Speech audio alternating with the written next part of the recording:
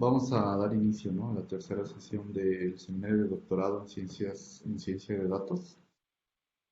Bueno, el día de hoy tengo el gusto de presentar a nuestro ponente, el doctor José Luis Jiménez. El doctor José Luis es actualmente subdirector de investigación en ciencia de datos del INEGI. Y bueno, él tiene un doctorado en ciencia y tecnología informática por parte de la Universidad Carlos III de Madrid y un postdoctorado en la Universidad College Cork de Irlanda. El tema que él nos va a presentar el día de hoy es definición de un framework para el análisis predictivo de datos no estructurados. Este, bueno, información que ya les he hecho de llegar con un resumen, pero bueno, le cedo la palabra al doctor José Luis para que inicie la presentación. Sí, Edgar, muchas gracias. Bueno, me permito iniciar la presentación. Voy a silenciar el video, pero dejo abierto el audio. Eh, a ver,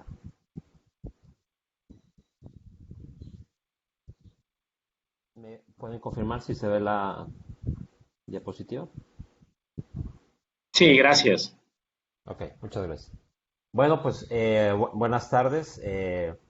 Mi nombre es José Luis Jiménez Márquez y trabajo en el INEGI en el área de Laboratorio de Ciencia de Datos y el tema que les traigo hoy es la definición de un framework para el análisis predictivo de datos no estructurados. Esta en sí es una parte, una abstracción de mi presentación de mi tesis doctoral. He hecho algunas adecuaciones al final para el trabajo futuro y, bueno, gran parte del material, bueno, pues tengo ahí elementos nuevos, ¿verdad? Que compartir. Este trabajo ya se presentó hace ya un par de años. Entonces,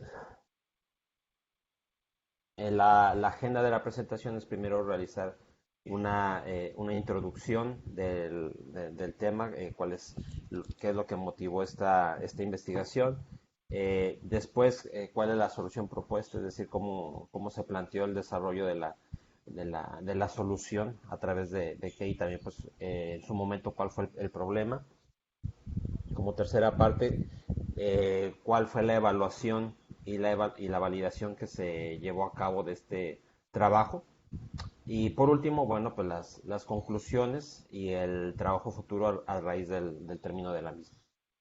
Bueno, como introducción, tenemos en la primera parte la motivación de ese trabajo. Por un lado, lo que lo motivó, bueno, pues que la cantidad de información originada por medios digitales genera retos en el almacenamiento y la estructura de la información, pues esta crece día con día. Entonces, como sabrán, toda la información que generamos por medios digitales, a través de nuestros dispositivos móviles, por la información que compartimos en redes sociales, o lo que se comparte a través del Internet de las cosas, más concretamente, pues por decir los coches o las smart cities, como las grandes capitales, pues eso genera grandes cantidades de información que presentan retos que antes no se tenían, pues no solo en el almacenamiento, sino también en el procesamiento de esta y sobre todo obtener el valor de esta información que se le conoce como no estructurada. Ante esto, pues bueno, se tuvo la necesidad de crear un modelo en un escenario definido con Big Data, Machine Learning y procesamiento del lenguaje natural para análisis a gran escala. Esto, bueno, son, digamos, los pilares de la investigación y esto se menciona más adelante. También, otra parte, como parte de la motivación, pues el proveer a la comunidad académico-científica un framework o modelo que permita realizar el análisis de información en Big Data. Esta investigación surgió a finales de 2015 cuando Big Data pues estaba, digamos, en boga y pues se tenía la intención de aportar algo en ese sentido, en el área de Big Data. Y por último, definir un modelo de aprendizaje automático que sea empleado para extraer información oculta en datos de redes sociales capaz de aportar valor a diversos ámbitos. Este modelo de aprendizaje automático es algo más bien abstracto que ya quedará más claro conforme avance la presentación que les estaré brindando. Bueno, eh, las áreas de investigación, bueno, inicialmente, como les mencionaba, se pensaba hacer investigación en el área de Big Data, pero resulta de que, como sabrán, para hacer Big Data, pues su nombre lo dice, ¿verdad? Hay que tener datos. Entonces, mis asesores del doctorado, pues no tenían datos. Entonces dijeron, pues tú ve por dónde consigues los datos. Y bueno, pues ahí estaba yo, buscando por todos lados desesperadamente datos de cualquier tipo para poder explotar y hacer investigación. Y aunque, como podrán pensar, tuve acceso a grandes o una gran cantidad de repositorios de datos, no había, después de descargarlos, no eran lo suficientemente extensos o explotables para poder aprovechar la información que estos tenían. Entonces, vi con un dataset, que más adelante y de igual manera lo presento, que tenía datos de lenguaje natural. Entonces, al tener esta información, eh, se agregó este otro pilar a la investigación, el procesamiento del lenguaje natural.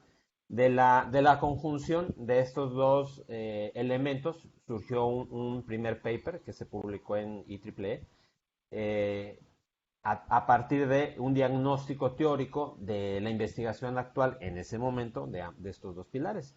Y también se integró después, al estar precisamente realizando esta investigación, paradójicamente, lo que es el Machine Learning. Entonces, encontré que el Machine Learning, o las técnicas de Machine Learning, son ampliamente utilizadas en estos tipos de investigación. Es decir, que el querer explotar la información mediante PLN nada más no iba a ser necesario, o no se iba a obtener demasiado conocimiento, o los insights, como se dice en inglés.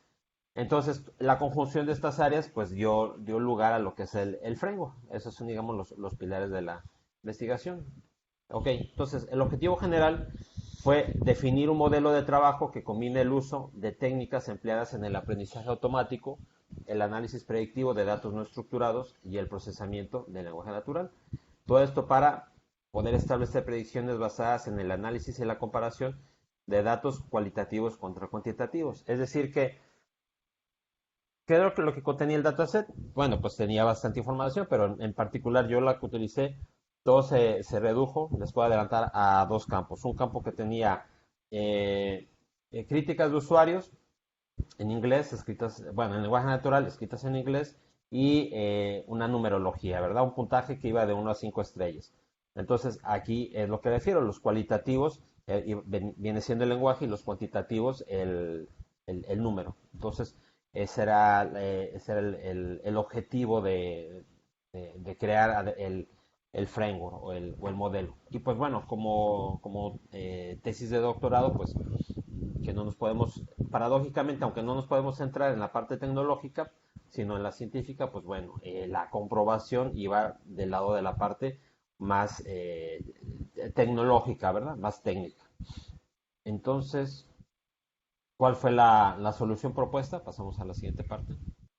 Bueno, tenemos que se propuso un framework, que más adelante les presentaré el esquema, que se propone a partir de dos fases. En la primera fase se propone crear un modelo de aprendizaje automático que sea capaz de obtener información oculta en los datos. Para esto se evalúan clasificadores para analizar un conjunto reducido de datos, empleando también técnicas de procesamiento de lenguaje natural, y se obtienen resultados a partir de una infraestructura no Big Data. ¿Qué es lo que quiere decir esto en resumen? Pues esencialmente que se propone la construcción de un pipeline que haga esto, que tenga elementos de PLN, que tenga modelos de Machine Learning y que permita a partir de un conjunto de datos de textos y estrellas pasarle después nada más el texto y que prediga cuántas estrellas tiene el texto. Y en la fase 2 aplicar el modelo obtenido en la primera fase en el análisis de Big Data de segunda fase. Para esto se emplean los métodos desarrollados en el modelo durante la primera fase para buscar obtener los mismos resultados al aplicarlos en una arquitectura Big Data. ¿De dónde surgió esta idea o en sí a qué se refiere? Bueno, se refiere a lo siguiente. Durante mi estancia en Madrid, tuve la oportunidad de asistir a varias conferencias o summits cuando Big Data pues estaba un poco más en su apogeo, y recuerdo como un CEO español, líder de empresa, pues mencionaba de que habían hecho un externo, un análisis de Big Data y no habían quedado conformes con la solución. Entonces me llamó esto la atención y descubrí pues que efectivamente había muchas propuestas o muchas soluciones o muchos vendedores que te pueden hacer el análisis de Big Data, pero en base a lo que yo había leído en el estado del arte, se puede llegar a los mismos resultados mediante técnicas de Machine Learning sin la implementación del Big Data o también con Big Data, ¿verdad? Entonces, mi propuesta iba en este sentido. Puedes hacer en una fase un análisis con meramente Machine Learning y ya si lo requieres, a partir de lo que ya realizaste, puedes extrapolarlo a Big Data. Esto se explica casi al final. Bueno, el framework permite la evaluación de un subconjunto de Big Data con datos de comentarios realizados por usuarios de diversos servicios relacionados al sector turístico. Este es, digamos, el caso de uso que se analizó. No quiere decir que solamente sirve para datos del tipo turístico. Bueno, se proponen varias fases. En la primera fase se tiene lo que es la recuperación de información. Aquí en la ilustración, bueno, pues se presenta cómo está actualmente el estado de los datos. Sabemos que primeramente pues se tenía en la base de datos donde solamente se tenían retos en cuanto al volumen. Después crecieron en cuanto a contenido generado por humanos. Podemos encontrar ahí el contenido empresarial o las fuentes externas, ¿verdad? Todo lo que es redes sociales, correos electrónicos. Entonces ahí tenemos retos o características como la variedad y el volumen. Y actualmente tenemos datos generados por máquinas, como los datos de sensores, los datos complejos, datos de percepción remota, satélites, el Internet de las cosas. Entonces ahí se incrementa entonces la velocidad con que estos son generados. Que de hecho, cabe mencionar que muchos de estos datos geográficos son datos con los cuales trabajan algunos de mis compañeros de laboratorio en el área de análisis de mapas y de información geográfica. Y bueno, a partir de esto se obtuvo un dataset que se conoce como el dataset Yelp. Es un dataset conocido, muy parecido al TripAdvisor y fue el que se incluyó en el framework. Pero yendo más a fondo de qué es el dataset Yelp, para aquellos de ustedes que no lo conozcan, bueno, pues similarmente al TripAdvisor, bueno, pues tiene información, tiene una página web y también es una app, en la cual, parecido al TripAdvisor, tú vas a un negocio y evalúas el servicio que te proporcionan y das ahí un comentario y también das una evaluación ahí de 1 a 5 estrellas.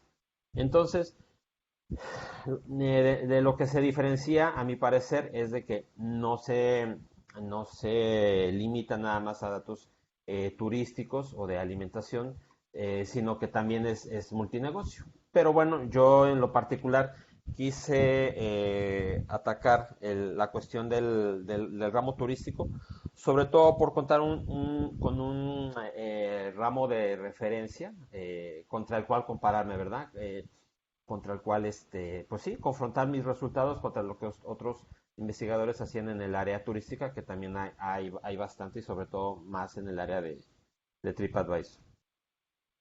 Entonces, en la siguiente fase, pues fueron la preparación de datos. En sí, en la tesis, yo planteo más elementos que se pueden realizar en lo que es la preparación de los datos, de un conjunto de datos. Yo, en lo particular, para lo que utilicé fue lo que es reconstruir el archivo a partir de los datos que teníamos, hacer una limpieza de los datos porque venían muchos tags de HTML y detectar valores atípicos, es decir, los famosos outliers. En el ejemplo de la derecha, pues incluyo dos valores o dos ejemplos de registros de diferentes archivos que venían en el dataset.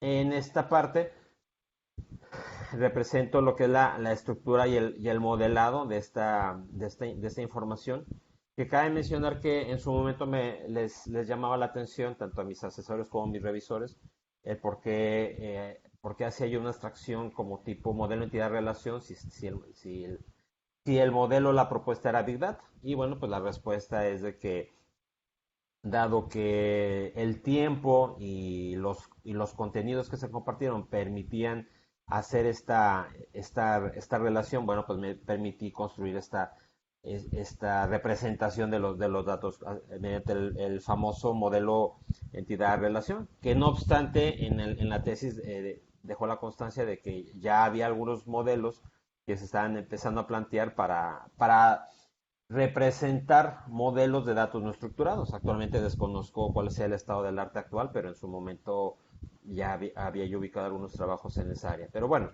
entonces aquí en particular, como les decía, al final me quedé con dos campos, que son en el lado, la tabla de la izquierda, que es el review, que bueno, las tablas o los archivos al final eran cinco, que era, el usuario, la reseña, el tip, si la persona quería dar un tip, la tabla de negocios y el check-in, que es a qué horas abría o cerraba el negocio. Pero al final me quedé con estas dos tablas y en particular de review me sirvieron las estrellas y el texto. Mediante con el negocio, pues bueno, podía yo identificar a qué tipo de negocio se refería este negocio. En las categorías, bueno, era lo que me permitía ubicar qué era lo que podía considerarse como un negocio dedicado al turismo, en particular a la hotelería.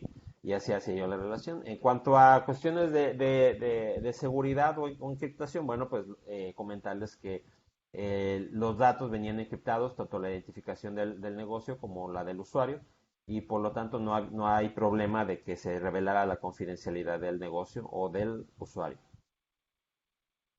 Bueno, entrando a la parte técnica, este modelo de aprendizaje automático se basa en un modelo conocido como el espacio vectorial, el cual en su definición elemental nos dice que este modelo tú puedes tener una matriz en la cual se extrapola o se proyecta un conjunto de términos hacia una matriz.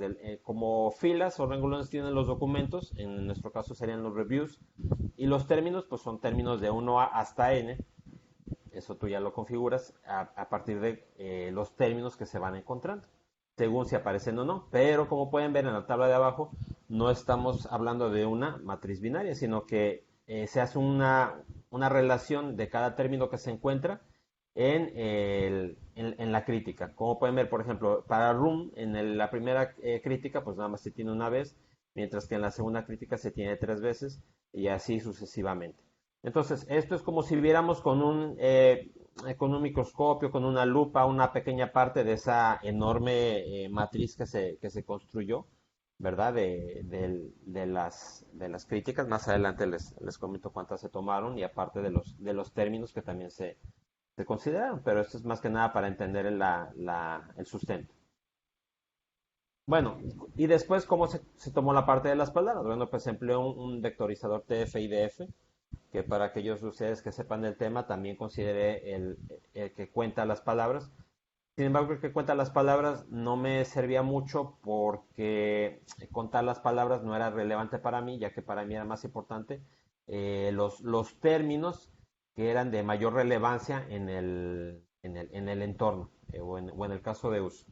Entonces, este TF-IDF es otro vectorizador, el otro es el que hace el conteo, y este me permite, básicamente lo que hace es tomar cuáles son las palabras que aparecen más en los diversos documentos, o en nuestro caso los diversos reviews, para saber que esos son los términos que forman parte de este corpus. Ahí hay algunas maneras también de acotar lo que se tiene ahí. Por ejemplo, se usa lo que son los famosos stop words o las palabras más comunes, ¿verdad? Y bueno, ahí se define. También puedes tú traer tu propio diccionario y a partir de palabras propias que sabes que se van a repetir mucho, pues descartarlas. Eh, y ahí, por ejemplo, en el Max Feature se vendrían siendo las columnas que veíamos anteriormente. Pues yo definí un máximo de 30,000 por considerarlo pues el más apropiado a la vuelta de tanta prueba y error. Bueno, le, aquí tengo gráficamente cómo se construyó el vectorizador, el TF-IDF. Ahí tenemos que, por un lado, se tienen las stop words. Ahí tengo algunos ejemplos de los stop words. Entonces, cómo a partir de una crítica, que es como la que tengo en la parte superior, se va construyendo eso. Y se van también creando los diversos pesos del TF-IDF, que es una fórmula que, bueno, no incluye aquí en la diapositiva, pero en internet, muy fácil de verla, hasta incluso en Wikipedia la pueden ustedes encontrar. Y también definir los enegramas, que eso es también importante, que es los enegramas es a partir de esas palabras o esos términos que se forman a partir de dos, incluso tres palabras. Ejemplo, como decir Puerto Rico o Puerto Escondido o Isla Mujeres, ¿verdad? O Hotel Four Seasons, que ahí son tres. Entonces, para considerarlos esos de dos o de tres en una sola casilla, si lo queremos ver así. Entonces yo a través de la igual prueba y error obtuve los mejores valores para dos, o sea, uno y dos enegramas. Ya con tres enegramas me bajaba el rendimiento de los clasificadores. También en los elementos y las palabras raíz tenemos de que hay palabras que responden a una sola raíz léxica, como por ejemplo tenemos en el cuadro de la derecha, tenemos un responsive, response, responsivity, responsiveness, respond. Entonces, al aplicar algo que se le conoce como el stemmer, se identifica que la raíz es respond, y así es como queda esto. Entonces, ¿esto qué es a lo que lleva? Pues poder tener un abanico con palabras más importantes y así poder incluir más términos. O visto de otra forma, que términos importantes no queden fuera de la matriz TF y DF. Bueno, eh, los clasificadores que se emplearon para las pruebas fueron el perceptor multicapa, el clasificador de vectores de soporte, una regresión logística, un clasificador lineal de vectores de soporte, también un clasificador lineal con entrenamiento de gradiente estocástico y un multinomial de I-Base. ¿Esto por qué? Esto, bueno, pues fue después de haber hecho una serie de pruebas con una mayor cantidad de clasificadores y después de pues, varias pruebas, varias rondas, pues se ubicó que estos 6 eran los que obtenían los mejores resultados o los mayores aciertos en cuanto a la predicción. Y de igual manera, para aquellos de ustedes que ya también conozcan del tema, pues verán que uso 3 versiones del Support Vector Machine, y esto pues bueno, pues fue la manera de hacer una comparación de las diversas implementaciones que Scikit-learn tenía para este algoritmo de aprendizaje automático. Bueno, pues aquí ya les presento el esquema. Digamos que este es el núcleo, como vendría siendo la solución propuesta. Y aquí tenemos que a partir de la primera fase, bueno, pues como mostraba anteriormente, se encuentra la entrada de datos. Después los elementos de, como se le llama, la recuperación de información, o como se dice en inglés, el information retrieval, que son pues un conjunto de varias técnicas. También lo que es la preparación del dato, lo que ya describí en su momento, la estructura y el modelado, y terminando con el modelo de aprendizaje automático, donde se contemplan precisamente técnicas de PLN, así como de aprendizaje automático. Y después esto pasa a la segunda fase, que como les comentaba, esto es lo que contempla el Big Data. Entonces, aquí en la primera parte considero dos elementos, que son el sistema de archivos distribuido y el administrador de recursos del clúster, que en otras palabras vendría siendo construir tu propio entorno de Big Data, ¿verdad? Que ya sea Spark, o ya sea Hive, o ya sea Azure de Microsoft, bueno, pues lo que tú consideres que te vaya a servir para tu proyecto. ¿Ya? Y también en base, obviamente, a la infraestructura de hardware.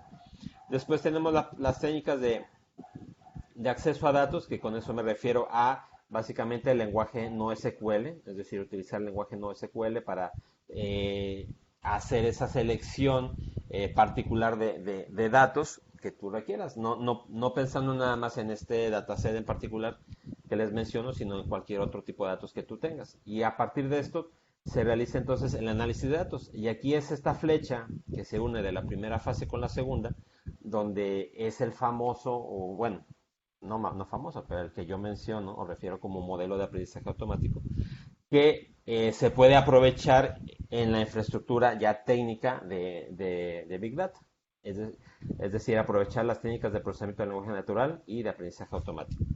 Para terminar con la parte de la visualización, ¿verdad? Que es muy, muy importante las técnicas de visualización, porque siempre todo este tipo de investigación, pues, debe de representarse para personal no experto en el área, o como se dice coloquialmente, pues que una imagen vale más que 1000 palabras, ¿verdad?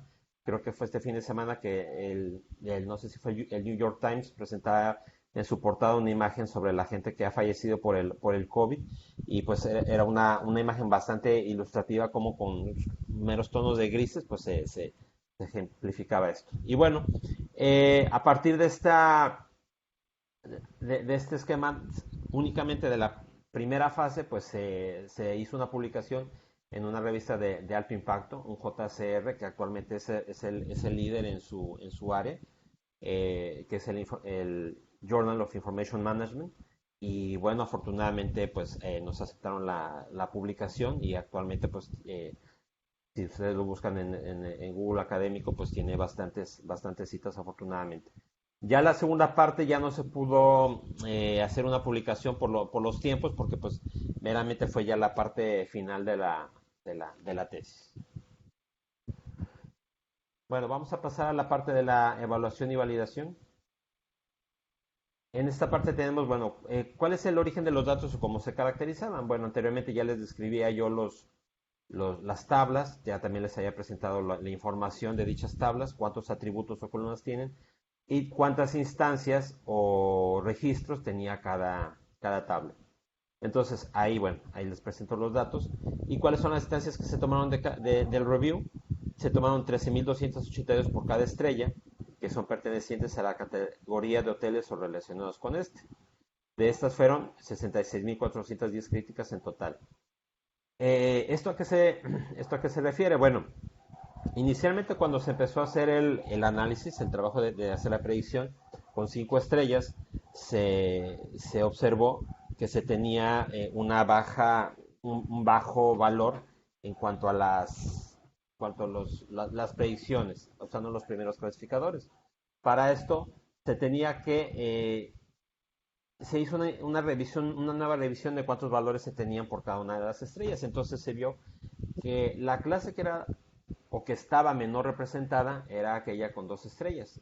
Esta tenía, de acuerdo a la selección que yo hice, pues 13.282 registros. Entonces, lo que me comentaron mis asesores fue, debes de dejar entonces que todas tus clases, tus 5 clases, tengan esa misma representatividad, para que tus algoritmos aprendan de la misma forma. Si no, vas a tener siempre un desvío hacia 1 o 5 estrellas. Entonces, así fue como se realizó este trabajo con los datos. Entonces,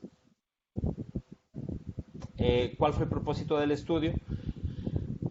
Bueno, en diversas partes de la investigación se estuvo trabajando con ambos conjuntos de datos, bueno, perdón, con el conjunto de datos de 5 estrellas, pero también con el de 2 estrellas. ¿Qué significaba esto? Que una vez que se hizo la limitante de los 13.282 por cada clase, el valor no aumentaba bastante como se había pensado o considerado.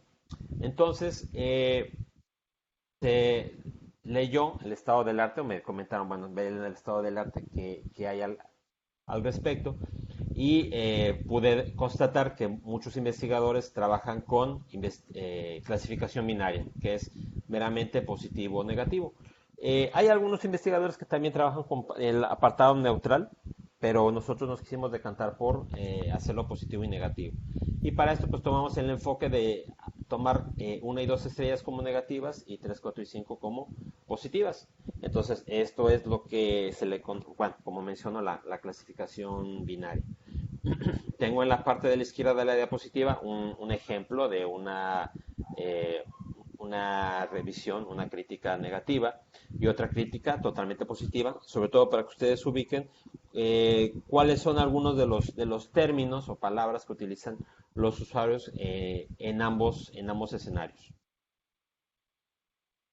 Bueno, una vez que ya se tenía entonces, o ya se había conformado los datos que se iban a usar, tanto para la primera fase, que es en Scikit-Learn, como para la segunda fase, que fue Spark, la plataforma que se empleó. Bueno, pues pasamos al diseño de experimentos. Entonces tomamos los datos positivos y negativos y utilizamos 6 clasificadores. Estos 6 clasificadores fueron estos 6 algoritmos de Machine Learning, los cuales fueron los que se comentó con anterioridad cómo se llegó a estos. Y se hicieron 10 pruebas. Cada una, cada una de estas pruebas contemplaban, digamos, cambiar los parámetros de cada uno de los clasificadores o algoritmos. Pero también esta selección de los valores no fue al gusto mío, sino que en una primera evaluación que tuve o acercamiento que tuve con el jurado, me comentaban que esto tenía que estar justificado en el estado del arte, ante lo cual tuve que ir por cada uno de estos clasificadores y buscar en una tarea similar, preferentemente de clasificación de textos, los valores que se habían empleado. Entonces, una vez que ya se contaba con el sustento, digamos, teórico de por qué estos valores, pues se hicieron las 10 pruebas y con los CAFOL igual a 10. ¿Qué son los CAFOL? Es decir, normalmente se presenta, para los que van iniciando en el aprendizaje automático, pues que debes de dividir tu conjunto de datos en entrenamiento y prueba. Pero esto es ir más allá del entrenamiento y prueba, porque es decir, los datos de prueba, el algoritmo nunca los llega a ver si tú los mantienes así, entonces no está trabajando con esos datos. Entonces, lo que hace el CAFOL es como estar mezclando en cada una de las vueltas hasta llegar a la parte 10, de tal manera que el algoritmo llega a trabajar con el total de los datos, no se le escapa ninguno. Después se calculaban las métricas, que son muy importantes, ¿verdad? Tales como la precisión, cuál fue el valor mínimo y máximo de la precisión en cada iteración, qué segundos le tomó y el error cuadrático medio.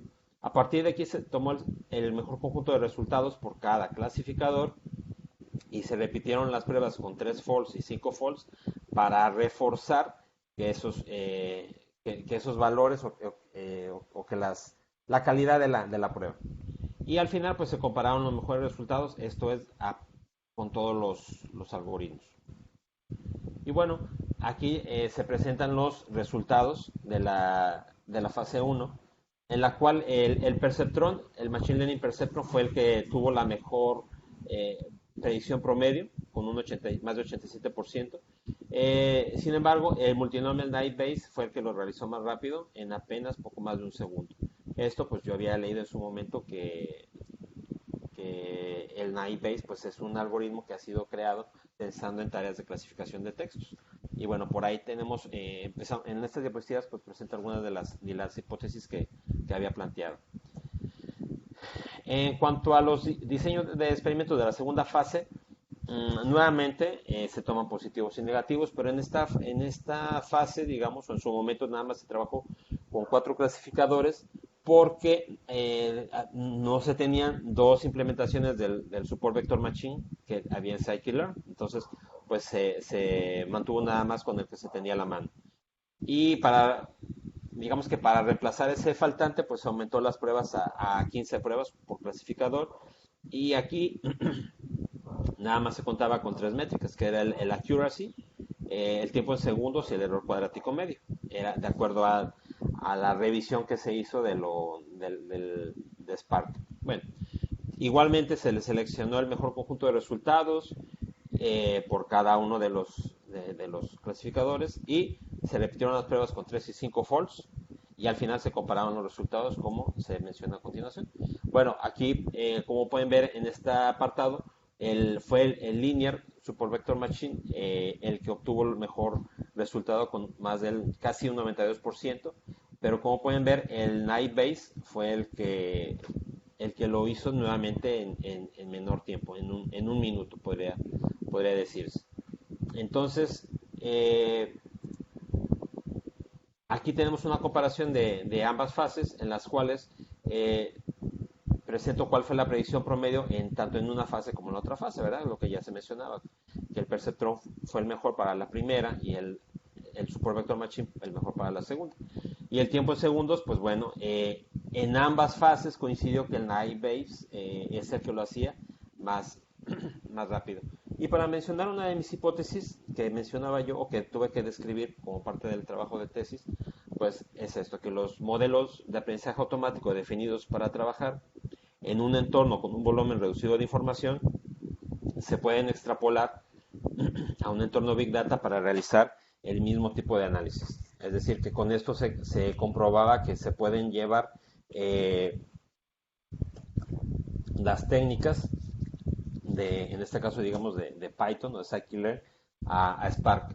Algo que no mencioné es de que el TF-IDF no se construía igual en Spark que en Scikit-Learn. En Scikit-Learn era más versátil y más fácil de hacerlo, mientras que en Spark, pues, no se contaban con los mismos valores y tenías que hacer más pasos para configurarlo. También mencionaba el apartado de visualización de los datos, que es muy importante para ver de manera rápida y más intuitiva qué es la información que se tiene en los datos. Y yo encontré, mientras estaba en la fase de desarrollo, este boxplot, el cual representaba el sentimiento real que se tenía en cada una de las estrellas. Entonces me llamó mucho la atención para corroborar si el sentimiento negativo era tan negativo o si el sentimiento positivo era tan positivo de acuerdo a lo que se tenían los datos. Entonces, usando una librería que está en Python, te permite obtener el sentimiento y representarlo en este tipo de gráficos. Entonces, como pueden ver, para cuando tenemos el conjunto de datos de una estrella, el sentimiento negativo realmente se enmarca en una etapa intermedia, o sea, no es tan negativo, es más bien neutral, mientras que para el sentimiento positivo tampoco es tan altamente positivo, ¿verdad? O sea, es ligeramente arriba de lo neutral. Y cuando trabajamos con el dataset binario, pues vemos que esto se mantiene casi igual que el anterior, es decir, para una estrella es más bien neutral y para el apartado positivo se asemeja mucho al de las 5 estrellas. Y luego otra visualización que me llamó mucho la atención fue que podía yo hacer representaciones a partir de mi matriz TF-IDF, y esto pues es algo que en lo particular me gustó bastante porque considero que es una gráfica o es una manera de representar información que para un negocio, en este caso un hotel, pues le puede acercar información bastante precisa al instante, ¿verdad? Obviamente, como pueden ver, hay mucho trabajo detrás, pero para los tomadores de decisiones esto es lo importante y qué es lo que se presenta. Bueno, en la parte de abajo se presentan las palabras como se mencionó en base al stemmer o en base a la raíz. Si se fijan, en algunas no es la palabra completa. Y son los términos que se evaluaron como más negativos y de la derecha los términos más positivos. Entonces, de alguna manera, rápidamente se pueden identificar cuáles son los elementos evaluados como más positivos y más negativos, y un negocio o empresa puede trabajar en ellos pues de manera más acelerada. Y también tenemos esta representación de palabras, de nube de palabras, que es una gráfica muy común en Internet. Yo en lo particular he encontrado varias páginas web que a partir de un texto te lo representan. Pero bueno, es otra manera de representar cuáles son los términos que mencionan mal los usuarios, ¿verdad? Aquí se conjugan pues positivos con negativos. Bueno, las conclusiones y el trabajo futuro. En cuanto a las conclusiones, bueno, primeramente pues que se cuenta con un framework teórico de referencia que organiza un conjunto de etapas con el fin de analizar la información no estructurada, primordialmente datos de texto. Es decir, que este es un framework más que viene a abonar y enlazar o tratar de enlazar ambos mundos o ambas arquitecturas. Bueno, el framework combina diferentes técnicas para el tratamiento de datos multidominio. El análisis que se realizó en el modelo de aprendizaje automático puede ser aplicado a dominios que compartan las características de la información analizada. Es decir, que si tú cuentas con un conjunto de datos, en este caso supervisado, donde tienes por un lado el texto y por otro lado pues alguna escala numérica, ¿verdad? 1, 2 y 3 o más valores, ¿verdad? Bueno, el framework de alguna manera te va a ayudar a hacer predicción a partir de tus datos. Los aspectos y contribuciones más relevantes son, pues primero que es un framework de 2 fases, y al realizar un proyecto que involucre análisis de datos mediante técnicas de Big Data, se propone que este se realice previamente en un entorno no Big Data, que era lo que les comentaba anteriormente, que para una gran empresa, un gran corporativo, puede no resultar beneficioso el el invertir, el hacer inversión en arquitecturas de Big Data, sí con técnicas de Python puede llevarse a cabo el análisis de estos datos. Solamente que se buscara algo más allá del poder de Python, que si lo da en Big Data, pues sería conveniente el realizar los mismos experimentos. También respecto a otros frameworks se han simplificado las complejidades, que significa que en el camino pues encontré otros, hay muchos otros frameworks que también proponen qué hacer con datos de Big Data, datos de Machine Learning, pero eh, son más complejos en su implementación. Si ustedes lo analizan, este es un framework más, podemos decir, más transparente. Se busca que la implementación sea más ágil, que se reduzca las complejidades de una implementación técnica. Y que este modelo no está relacionado con un conjunto particular de algoritmos de Machine Learning. Las técnicas son abiertas. Esto se refiere a que yo encontraba en los modelos que había algunos que estaban totalmente relacionados hacia un tipo de algoritmos, o dos, tres algoritmos de Machine Learning, y así estaban sujetos, ¿verdad? O sea, solamente así era como funcionaban de acuerdo a sus autores. El trabajo futuro, primero sería ampliar el framework a través de la integración de métodos avanzados de Machine Learning, tales como elementos de Deep Learning, TensorFlow, Word2Vec, y aquí agrego en la plática pues los modelos BERT, los transformadores, que son modelos que a fechas recientes pues se han agregado dentro de la gama de métodos de clasificación de datos, que en su momento cuando realicé la investigación no se tenía, y bueno, ahora ya están, y bueno, pues se podría experimentar con este tipo de métodos. Dos, expandir la investigación a través de un estudio que explore las diferencias entre los paradigmas no Big Data y Big Data, que esto es a lo que se refiere es con investigar por qué hay esta discrepancia entre la implementación en una plataforma como es Scikit-Learn y otra como es Spark, ¿verdad? ¿Cuáles son esas diferencias y cuál es la razón de esta discrepancia? Tres, incluir variaciones en los algoritmos aplicados para considerar clasificaciones de 3 a 5 estrellas, es decir, ir más allá de la clasificación binaria y empezar a incluir pues no solamente la parte neutral, sino hasta 4 y 5 estrellas, y así como explorar áreas como el sarcasmo, la ironía o el doble sentido, que son pues áreas de investigación actualmente en análisis por muchos laboratorios propiamente de procesamiento del lenguaje natural alrededor del mundo. Y bueno, cuatro, repetir los experimentos de ambas fases, variando las técnicas de análisis de datos, así como las tecnologías no Big Data y las arquitecturas Big Data.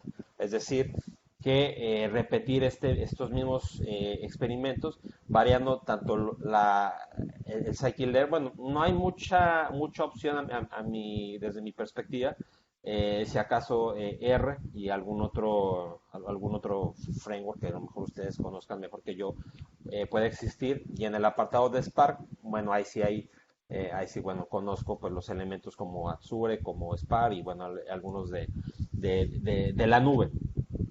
Y repetir, ¿verdad? Para comparar cuáles son los resultados. Y por último, realizar pronósticos a partir de datos no estructurados con contenido textual, que fue uno de mis metas iniciales, de mis objetivos iniciales cuando empecé a conocer este mundo, ¿verdad? Lo que se podía hacer con estos datos, y que pensaba que podía pues realizarse pronósticos, es decir, yo quería como a partir de lo que dijeran los usuarios, prever si va a venir más gente a Cancún en el 2022, o si más gente va a visitar la Ciudad de México, ahora para, no sé, la segunda mitad del año, a partir de lo que la gente comente. Entonces, eso pues ya escapó del trabajo de tesis, pero bueno, fue algo de lo que, o un poco de lo que pude realizar durante mi estadía en Irlanda, y que bueno, en otra ocasión espero poderles comentar. Y bueno, pues por mi parte sería todo. Voy a volver a voy a abrir mi cámara y bueno, pues ahora sí espero sus preguntas. Gracias. Muchas gracias, doctor José Luis. Bueno, pues alguien de nuestros escuchas aquí en el seminario, ¿alguna duda? Hola, José Luis, buenas tardes. Mi nombre es Iram Cabrera, soy estudiante del programa actualmente. Tengo una duda, bueno, sí, es una duda puntual. De todos de los clasificadores que evaluaste con los resultados que mostraste actualmente, eh, ¿tuviste alguno o algunos con los que realmente hayas concluido que definitivamente son malos y que no se recomiendan utilizar en este tipo de tareas? O sea, si yo te preguntara cuáles de los clasificadores utilizados definitivamente no sirven para este tipo de tareas, porque estamos partiendo de una parte de la generalización, ¿no? Estamos trabajando en un escenario pequeño, digamos, con información controlada con respecto a las opiniones, y si lo pretendemos generalizar al Big Data, pues entonces eventualmente vamos a tener más ruido en la información. Entonces, ¿cuál de estos clasificadores definitivamente ni siquiera deberíamos utilizar como para evaluarlo en una prueba con un mayor volumen de datos en otros dominios? Gracias. Sí, gracias. Bueno, yo en lo particular me fijé mucho en lo que es la parte del tiempo, más allá del error cuadrático medio. Yo me fijaba mucho en el apartado de los segundos o que se llevaba. Había algunos que en mis primeras pruebas, pues echaba a andar y pues me iba, ¿verdad? Ahí lo dejaba corriendo toda la noche, y ya cuando llegaba al día siguiente al laboratorio, pues ya tomaba el tiempo que le había llevado. Decía, bueno, ese definitivamente a ser una implementación muy compleja para llegar al mismo resultado, y pues esos definitivamente no los incluía, pero bueno, perdón, no los consideraría, pero sí los incluí, pues para hacer constancia de eso, ¿verdad? De que hay algoritmos que son más complejos y seguramente serán eh, más mejores, por decirlo, para otras tareas, otras tareas que no son la clasificación de textos, y que serían estos, pero sería en particular esta implementación del Support Vector Machine, que independientemente de esto, esta implementación, la lineal del Support Vector Machine, eh, trabajaba bastante bien para mi gusto en las dos implementaciones, y yo creo que ese es un buen algoritmo. Hubo otros que ya escapan a mi memoria, y no te podría comentar, es que fueron, no sé, cerca de 20 los que probé en su momento. Y sí, hay algunos que te dicen, bueno, pues que esos no están hechos para la clasificación de textos, ¿verdad? Pero yo considero que, en resumen, pues hay que considerar ambas cosas, sobre todo qué conjunto de datos tienen, ¿verdad? ¿Cuál es la característica de tus datos? Y los métodos a implementar, ¿verdad? ¿Cuál es la característica del algoritmo? Hay algoritmos que tienen un fin específico. Muchas gracias. Y bueno, aprovecho de una vez ya que te planteé mi duda. Y este fue probado en el dominio tal cual de los reviews de turismo. ¿Probaste en algún otro dominio, en algún otro contexto, nada más como para validar para la parte del preprocesamiento, es decir, las características de los conjuntos de datos que utilizaste? Porque, como mencionas, trabajaste con TF-IDF, enegramas de 2, 3 y algunas más, pero regularmente cuando tú haces ajustes en ese tipo de características, el resultado en otro dominio puede ser no tan bueno como el que tú tuviste aquí. ¿Hiciste algún proceso o te dio oportunidad de contrastarlo nada más como para saber qué tanto se puede generalizar en otros dominios esta solución? Sí, gracias. Es una buena pregunta. Pues ahora que lo piensas, no recuerdo en su momento haber tenido esa necesidad, y de hecho, aunque tanto, bueno, mis asesores como mi jurado eran muy buenos, así como exigentes, no hubo digamos, esa necesidad o esa solicitud de extrapolarlo a otro dominio, porque pues como comenté en la presentación, lo bueno del dataset es de que trae bastante información. Recuerdo que había uno de, por ejemplo, veterinarios, ¿verdad? Me llamaba la atención que pues, había información de veterinarios, y como comentas, pues ese podía haber sido un buen dominio, ¿verdad? Para hacerlo, pero no lo realicé en su momento. Muchísimas gracias. Ya se tira. Gracias. Bueno, creo que había alzado la mano Pablo. Solo una cuestión, hay una manita ahí abajo que creo que ya no saben utilizar, pero si no les aparece, pueden escribir un mensaje y así hacemos más ordenado, ¿no? La participación. Adelante, Pablo.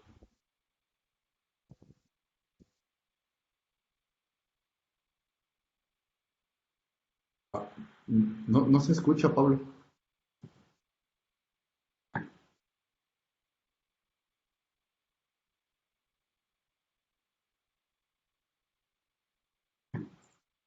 No, no, no escucho. Ahora, ¿ahí se escucha? Hola. Sí, Sí, yo sí escucho. ya. Ahí. Ah, ya. Disculpen. Muchas gracias, José Luis, por la presentación. Yo tengo una duda sobre la manera en la que se pudiera utilizar este análisis para la predicción de eventos, o sea, para inferir tendencias, sobre todo en la correlación de otras dimensiones. Eh, ¿Cómo se podría utilizar en ese sentido? Bueno, digamos que en el estado actual en que se tenía esta investigación, eh, se podría, como para predecir tendencias, sí, como mencioné, efectivamente, esa era una de mis ideas al realizar inicialmente la investigación, en cómo poder predecir tendencias, porque bueno, hay por ahí una gráfica sobre los diversos tipos de análisis, ¿verdad? El predictivo y no recuerdo los otros cuatro, pero más bien sirve para, a partir de datos que ya se tienen, hacer la predicción de datos ya establecidos. Por ejemplo, tú puedes tener datos de, por ejemplo, gente que visitó Cancún el pasado diciembre, a pesar de la pandemia, ¿verdad? Pero bueno, a partir de la pasada época invernal, y analizar estos datos y ver, pues, tendencias, pues sería, pues, digamos, ver cuáles son sus gustos, qué fue lo que más les gustó de la ciudad de Cancún, ¿verdad? Bueno, yo en personal no he estado ahí, pero qué fue lo que más les llamó la atención. Y eso tal vez pudiera considerarse como una tendencia si tomáramos como las palabras más mencionadas o las palabras que más aparecen en los comentarios de otros usuarios. Afortunadamente pude, como mencionaba, y bueno, aquí puedo andar un poco más cuando estuve en Irlanda, trabajar con series de tiempo, que en lo particular no conocía de antes las series de tiempo, y fue la primera vez que pude trabajar con ellas. Y digamos que en esa parte yo sí veía más una asociación en la que brevemente puedo comentarte de que pude llevar no solamente estas técnicas que realicé, sino otras técnicas más ya preestablecidas para asociarlo con la parte de la serie de tiempo. Lamentablemente por el tiempo no pude avanzar más en la investigación, pero sí, digamos, en un corto tiempo, digamos, hasta 3 meses, podía realizar una cierta predicción con lo que se tenía. Ya entrando más adelante en el tiempo, ya se deformaba mucho la predicción. Pero digamos que yo podría decir que con una serie de tiempos se podría tener, pero claro, para eso necesitas, es la complejidad de contar tanto con una serie de tiempo como con unos datos que se ajusten a lo que se quiere predecir, ¿verdad? Que se entienda que va a haber una correlación entre ambos, como por ejemplo, pues podría ser no sé, en este dominio en particular, pues estancias de ocupación en hoteles, vuelos, llegadas, etcétera, ¿verdad?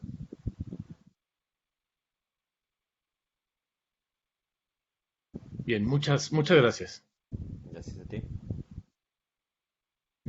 José, José Gallegos, me parece que tienes una pregunta. Sí, buenas tardes, José Luis, hola, José Gallegos. Pues bien, a mí me quedó una duda en la parte inicial, en la que se dice que se descarta datos atípicos. Me queda la duda, ¿cómo detectar un dato atípico en este tipo de reviews? O sea, son palabras atípicas que no tenían nada que ver con el negocio o qué eran. Perdón. Sí, no pasa nada. Bueno, y algunas eran fácil de detectar, ¿verdad? Hay algunas que venían en nulo o que tenían espacios y quizás, bueno, eso es, digamos, el apartado inicial de técnicas que te permiten hacer un procesamiento de ese tipo de datos. Ya cuando no tienes esas, pues había algunas que no venían en inglés, y eso pues eso no era una complejidad de la compañía, porque la compañía pues decía, bueno, pues es que ahí están los datos, y si hay datos en francés o en otro idioma, en coreano o en chino, pues no está mal, ¿verdad? Porque nosotros lo compartimos y ya ustedes verán qué hacen con eso, si quieren hacer, no sé, detección de idioma o qué sé yo. Entonces, digamos que yo lo considero como un dato atípico más que nada por mi caso de uso, ¿verdad? Que es trabajar con un dominio del área inglés y ese también aplicaba una librería que detectaba que el lenguaje fuera inglés, pero como verás lo determinaba mucho.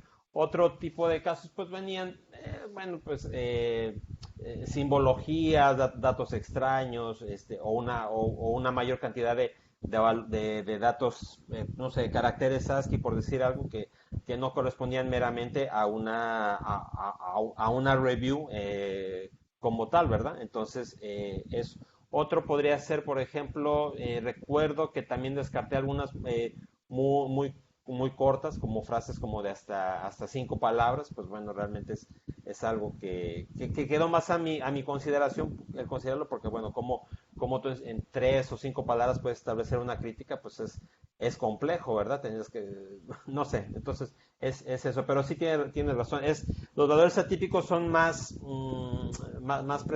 presentes o más vistos en datos numéricos, ¿verdad? Cuando pues tienes valores en una distribución de datos y de repente tienes uno que está muy por encima o muy por debajo y dices, pues estos valores me están haciendo ruido a mis datos, pero cuando son datos numéricos, pero muy buena tu pregunta. Muchas gracias. Ya por último, nada más una sugerencia ahí en las conclusiones mencionan que se quieren realizar análisis considerando menor combinaciones con las estrellas.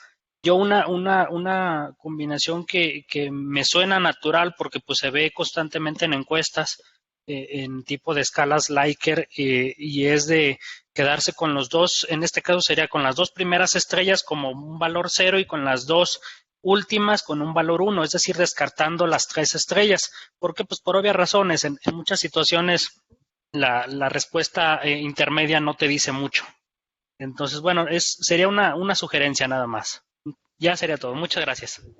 Gracias por tu aportación. Sí, sí, es correcto y efectivamente durante la investigación detecté que 2, 3 trabajos llevaban a cabo el enfoque que acabas de mencionar y después de mencionarlo con mis asesores, creo que recuerdo eso, yo también proponía descartar la parte media, pero a mis asesores les pareció que no les gustó que se perdieran datos, entonces dije, pues bueno, adelante.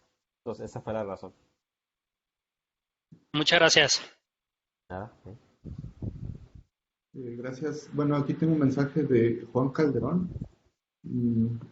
Adelante.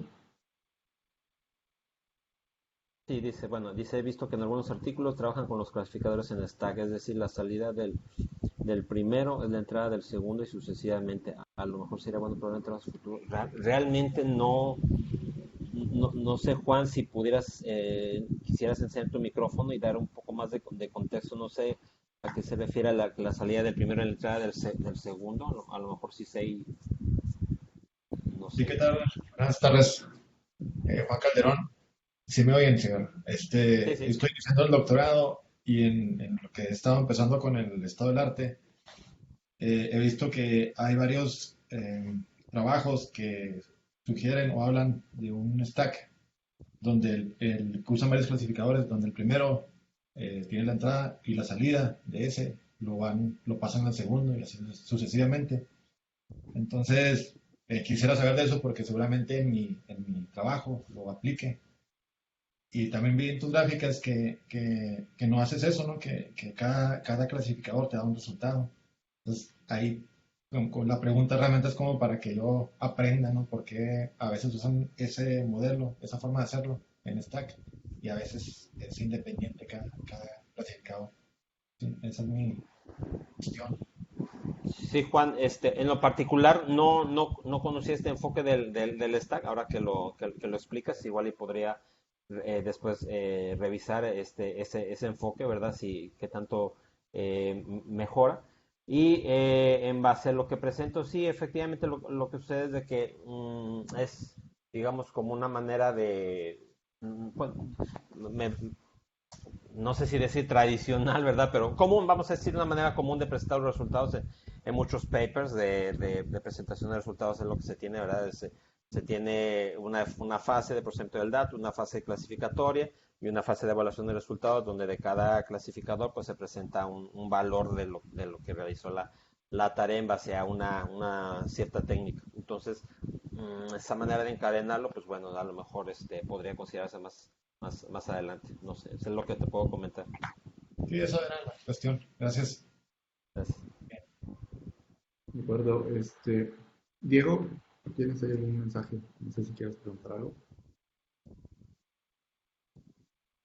Bueno, aquí de lo que comenta Diego, sí, efectivamente yo comentaba también al final de la presentación que sería bueno emplear algoritmos de Deep Learning.